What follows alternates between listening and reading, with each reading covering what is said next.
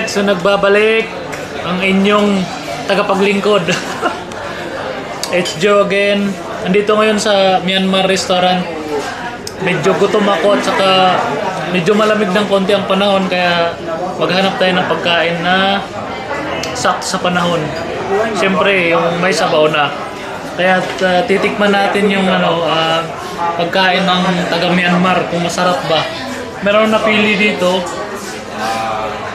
Creamy coconut soup, chicken, and egg noodles. So, try natin ito. First time kumakain ng Myanmar food. So, sana mag-enjoy ako dito. Sana masarapan ako. Ang ano niya nga pala presyo is 25 dirhams. Kaya na bahalang bumasa. Ayan o. Guys, Brangaw. Ayan, so try natin yung pagkain nila. Sana worth it yung 25 dirhams. Saka tingnan natin yung servings kung marami ba. Pero sa tingin ko, good for one person only. Sa tingin ko lang. Basta try na lang natin. Saka siyempre shoutout na rin pala sa mga kaibigan natin, hindi lang sa social media, siyempre sa totoong buhay. Totoong buhay.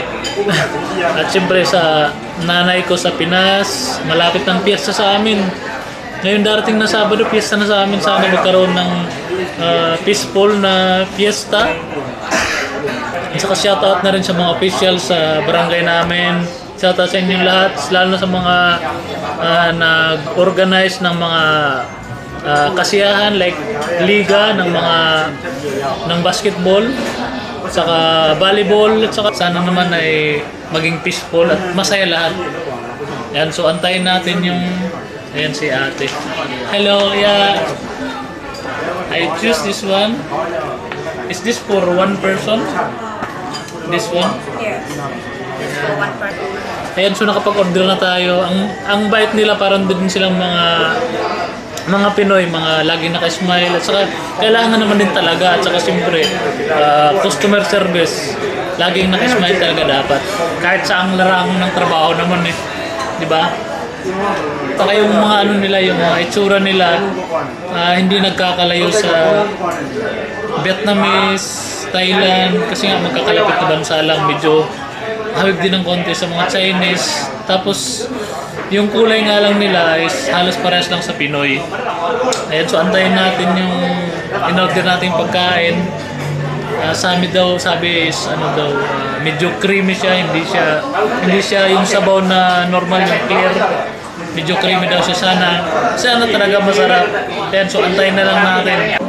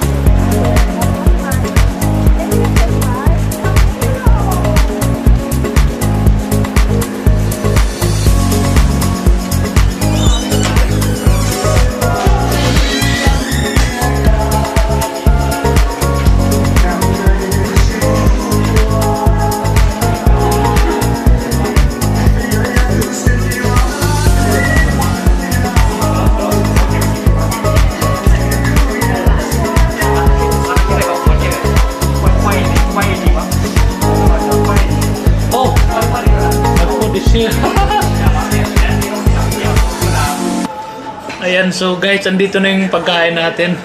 Na-surprise ako kasi nga pumunta lang ako sa labas para kunan din yung ibang part ng restaurant nila. Tapos pagdating ko dito, andito na.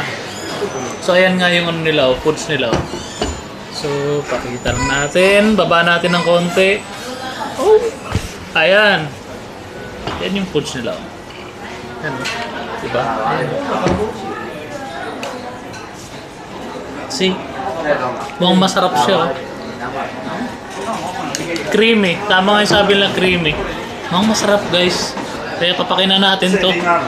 Unang papak para sa inyo.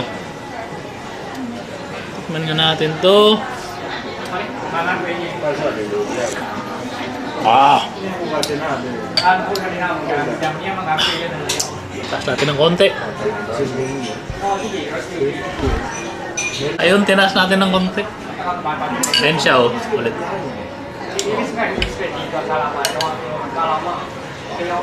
Guys, mukhang masarap talaga to.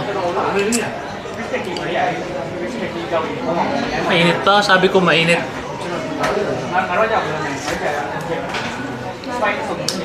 Masarap siya.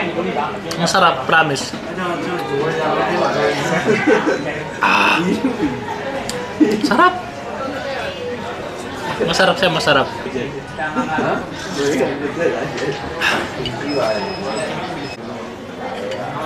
Yan siya oh.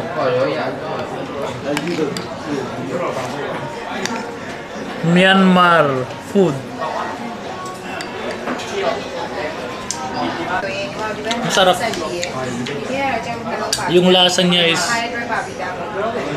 mahirap ikumpara sa any foods ng mga Pinoy. Medyo ano siya ng konti, medyo matamis siya ng konti. Wala talaga siyang katulad sa mga pagkain ng mga Pinoy.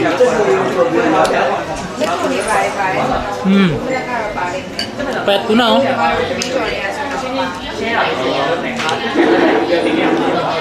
Napaka creamy ng sabaw.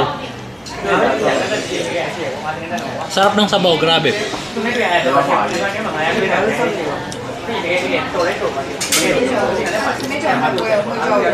May ano pa sila oh. Chopstick. Tingnan natin. Gamitin nga natin to. Wow! Practice. Ano to? Ayun, dali oh.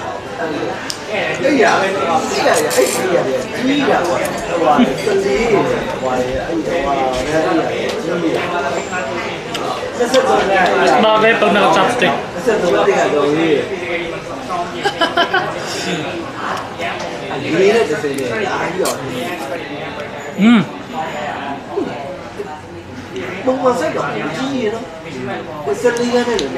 Sarap.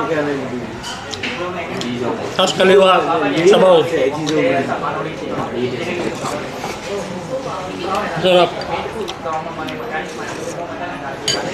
Nakakatuwa lang kasi nga meron dito sa likod kumakain. Hindi ko maintindihan yung salita nila. Hindi rin nila maintindihan yung salita ko. Pero ang maganda naman dun is hindi ko sila tinitira, di ba? Friendly tayo eh. Dalhin ko dito si Otol at saka si Jean Michelle para matry nila. Masarap siya. Ayan sa likod natin oh.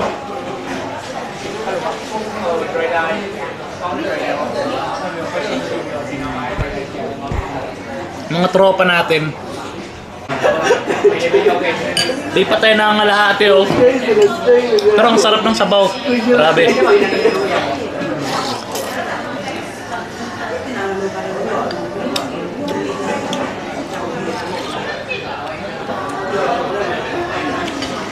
Shoutout nga pala dyan sa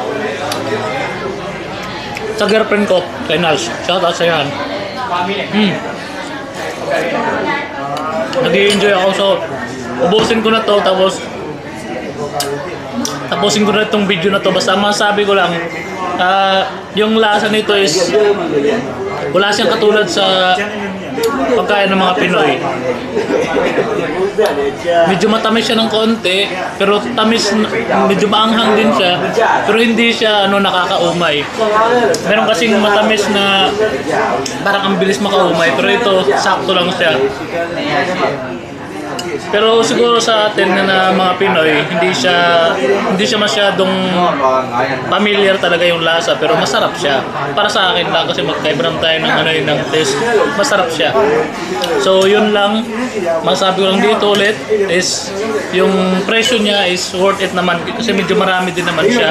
Saka siyempre, kailangan din nating, ang binabayaran dito is yung passion sa paggawa ng food. Kaya 25 dirhams is not bad because nandito tayo sa Dubai eh. Lahat dito talaga is lalo na yung rent ng lugar na to, ng pwesto na to is alam ko talaga mahal kasi yung mga real estate dito grabe nagsimahalan pati mga upa ng partition sobrang mahal. Kaya sakto lang yan. Yan, so ubusin ko na to. Yun na lang. Peace.